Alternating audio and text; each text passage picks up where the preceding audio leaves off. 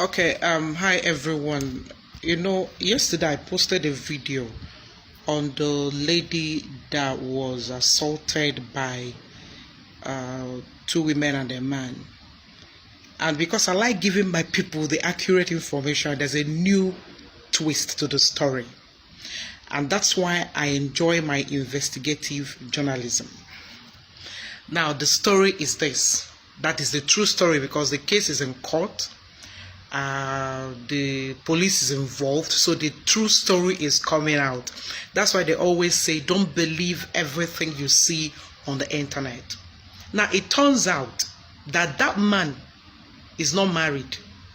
The woman that was claiming to be the wife of the man is actually a concubine, a living lover, a girlfriend.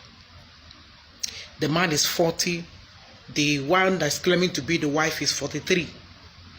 And the other lady who was the floggee, we have the flogger and the floggee. We have the woman who claims to be the man's wife, and the lady that says the man's wife is the friend. That one, she has her problem. She said her husband took her child and lives in Lagos with the child. And it was that annoyance, remembering what her husband did, that made her flog the woman like that. But that's not the real gist though. The real gist is that the person that actually invited this woman, who is actually a widow, the husband died in a car accident 2 years ago. She has a 6-year-old son. She's a single parent. Things are not working for her. The person that actually invited her is the one that is claiming to be the wife. She saw a chat between this lady and her husband. She now chose to use the man's phone to invite her, like saying, I will help you, knowing that that woman needed help and that woman is a widow and needed help. Even though she's claiming that the husband, this alleged husband, and the woman has met before in the hotel. Bottom line is that this woman conspired with her friend and they used the man's phone and lured this woman to the house.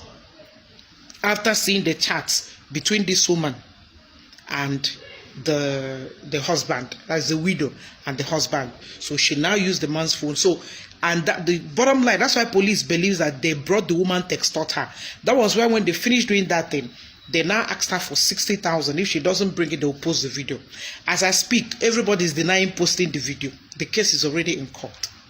You see that life is wicked. It hurts me so much that a woman who is not even married to this man can lure another woman because she saw a chat and bring her over to this man's house, lie to her, bring her over and humiliate her in such a way.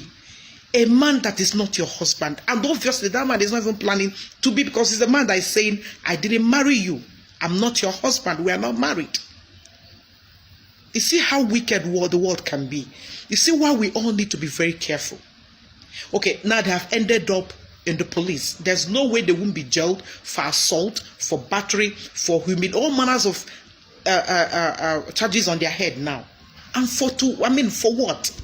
Why would a human being subject yourself to this? A man doesn't have respect for you.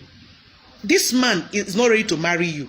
He's showing the signs. You go snooping through his phone.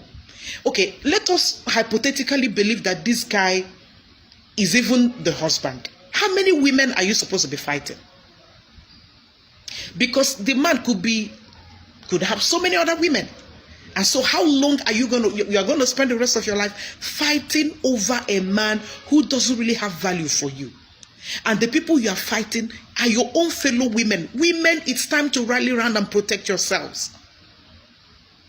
Isn't it so terrible and bad that a fellow woman can plot this kind of evil?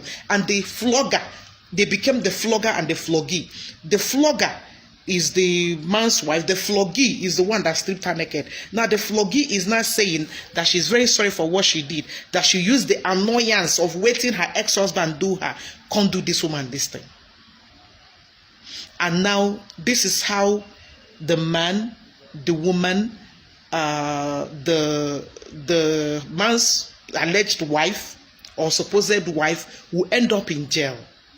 And so this case can linger for a very long time. Damages will be paid. I don't know why we do these things, honestly. I don't understand why we do it.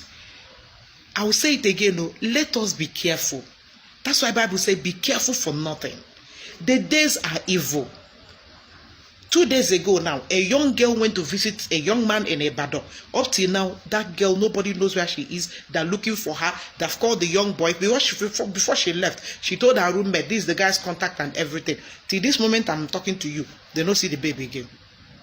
Her phones are switched off. The guy, young man is denying, saying no, see her. He has even switched off his phone. As I'm talking to you, a pastor beheaded his own wife who is pregnant, beheaded her.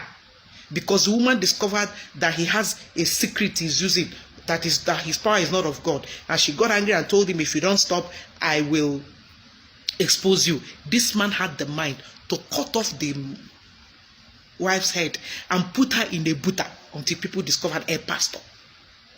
How many are we going to count?